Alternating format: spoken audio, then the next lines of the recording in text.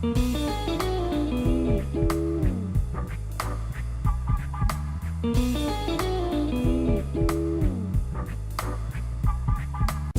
it going there, everybody? It's Mr. Zen over here bringing you guys a brand new Blue Exorcist episode discussion. And for today's segment, guys, we're going to be talking about is episode 5. And in episode 5, guys, we actually get to see a little bit more of Tatsuma's actual past involved with none other than Fujimoto, or Ren and Yukio's father. And it's because like I said, I previously stated in the other videos themselves, that it seems that Tatsuma really did have a connection with Fujimoto, but this episode only gave us a small tease as to what these two were actually in cahoots with, because it seems that Fujimoto, guys, seems like he's a homewrecker everywhere he goes. He's not as that kind gentleman that we all thought that he actually was, because in this episode it seems that Tatsuma, or Tatsuma's family, the Suguro family, it seems that they are actually the ones that were in charge of the Koma sword, the sword that actually, holds in all the power that Ren, that he holds within, all the Satan's power that's all trapped within that sword was actually previously owned by Suguru's own family. The Miyori sect actually owned that sword, but it seems that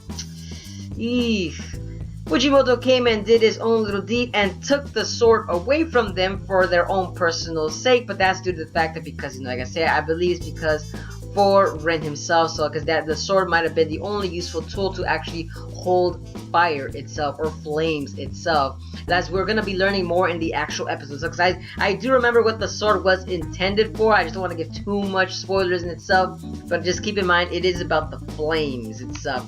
If I remember correctly, yes.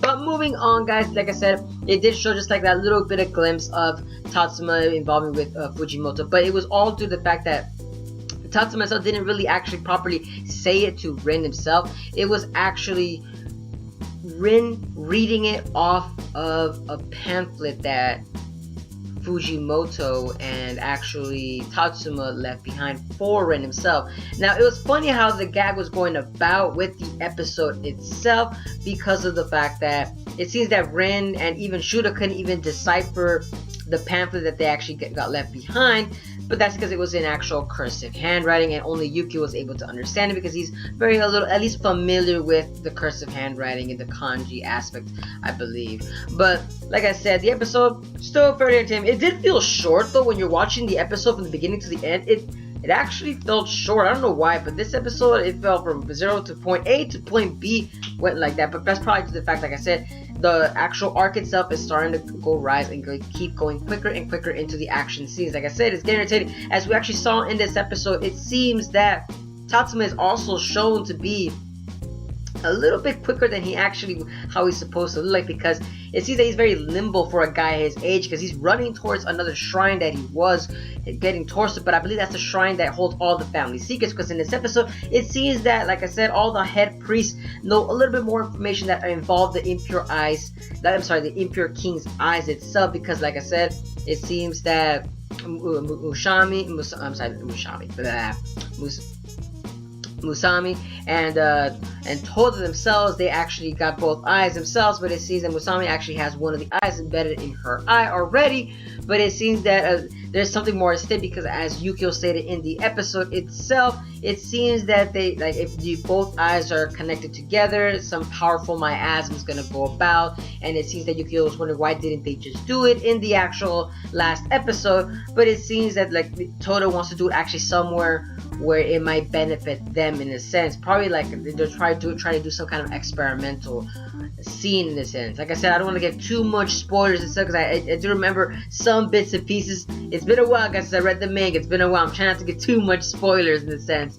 But like I said though, it's very entertaining to see that how the Impure King eyes are actually being implemented in this story. Granted though, if I do remember correctly from the manga, I'm not giving too much trying to remember, they didn't really involve the eyes too much in a sense. Something else happens along the way that actually was kind of did a 360 loop in a sense, from what I remember. Because I remember it's going to be a huge battle that's going to be happening in a couple more episodes, guys. I remember that for sure.